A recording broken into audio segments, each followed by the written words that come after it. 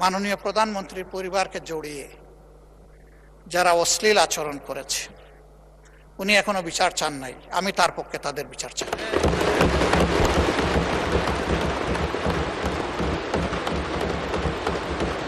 ওনার মেয়ে, আল্লাহ তাআলা আমাকেও 2টা মেয়ে সন্তান দান করেছেন, আমার মেয়ে। ওনার মেয়ের সম্মান মানে আমার মেয়েরও সম্মান, মানে আমাদের মেয়েরও সম্মান।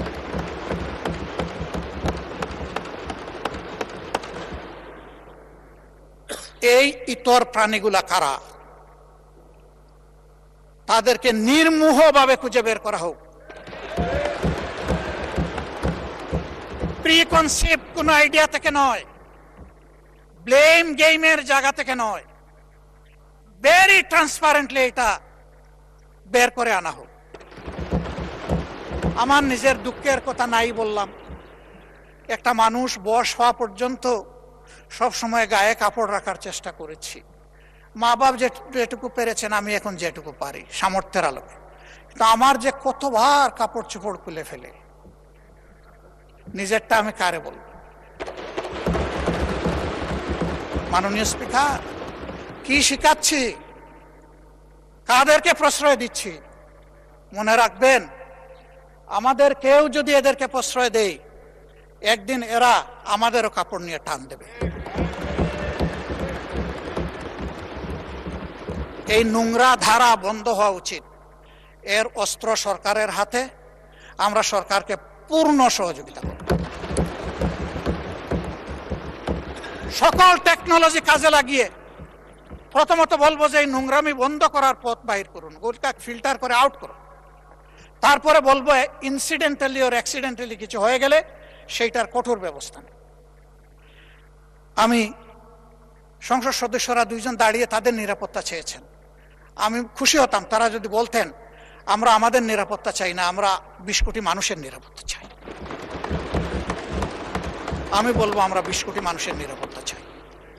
আমরা এই জায়গায় দেখতে পাচ্ছি যে আমাদের পররাষ্ট্রনীতিতে আমরা অতীতের যে নিয়ম ছিল, শহীদ প্রেসিডেন্ট জিয়াউর রহমান কারো মুখের দিকে তাকাইয়া তার পররাষ্ট্রনীতি পরিচালনা করেন না,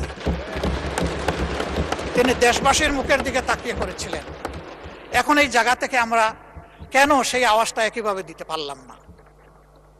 আমাদের একটি বন্ধু রাষ্ট্র কেন আক্ষেপ করে বলে যে আমাদের চরম কষ্টের সময়ে আমরা বাংলাদেশকে পাশে পেলাম না?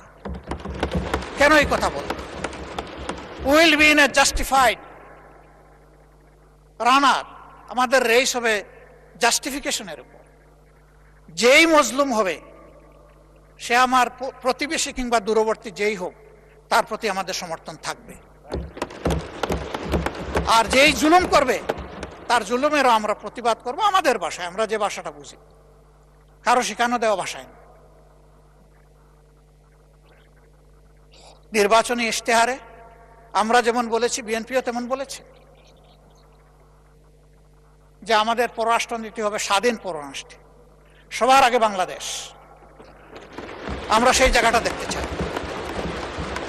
আমরা কাউকে বরাবর বলে এসেছি আমাদের সীমাহীন বন্ধুর প্রয়োজন আছে, কিন্তু একজন প্রভুর দরকার নাই আমাদের। আমরা সেই জায়গাটাই দেখতে চাই। মর্যাদার সাথে মাথা উঁচু করে সমতা, ন্যায্যতা এবং মিউচুয়াল রেসপেক্টের ভিত্তিতে পরিচালিত হবে আমাদের পররাষ্ট্রনীতি। এই জায়গাটা নিশ্চিত করুক সরকার, আমরা এটাই সরকারের কাছে প্রত্যাশা করি। আমাদেরকে বলা হয় মাঝে মাঝে, আমাদের ট্রেজারি বেঞ্চের বন্ধুরা বলেন যে এমন কোনো কাজ আপনারা করবেন না যে কারণে আবার পতিত ফ্যাসিস্টরা ফিরে আসে।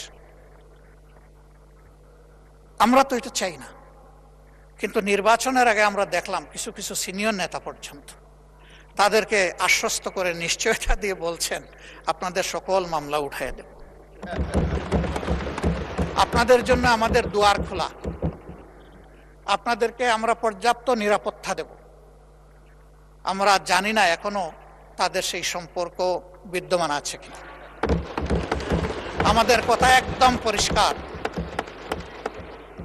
ফ্যাসিস্ট আমলে যতগুলো অপরাধ সংগঠিত হয়েছে, যতগুলো খুন হয়েছে, গুম হয়েছে, যত জায়গায় মানবতা লঙ্ঘিত হয়েছে, দর্শন হয়েছে, এই প্রত্যেকটি অপরাধের বিচার করতে হবে এবং সেই বিচার উসমান হাদি পর্যন্ত আসতে হবে। মাননীয় স্পিকার, কিন্তু বিচারের দিকে তাকিয়ে আমরা কিছুই বুঝতে পারছি না। বিচারের অঙ্গনে কি সবুজ পতাকা উঠছে না লাল পতাকা উঠছে না কালো পতাকা উঠছে, বুঝতে পারছি না। আমরা একটা সবুজ পতাকা দেখতে চাই। ওখান থেকে বলা হবে জাতিকে আমরা হতাশ করব না, জাতির প্রত্যাশার আলোকে মজলুমের পাওনা তার কাছে পৌঁছে দেব। না হলে শহীদদের আত্মা, তাদের আপনজন, গুমের শিকার লোকগুলো তাদের আপনজন, দর্শনের শিকার হয়ে যে মা কেঁদেছে, যার চোখের পানিতে হয়তো একটা নালা নদী তৈরি হয়ে গেছে, তাদের আত্মা আমাদেরকে অভিশাপ দেবে। এই অভিশাপের ভার এই পার্লামেন্টের বহন করা ঠিক হবে।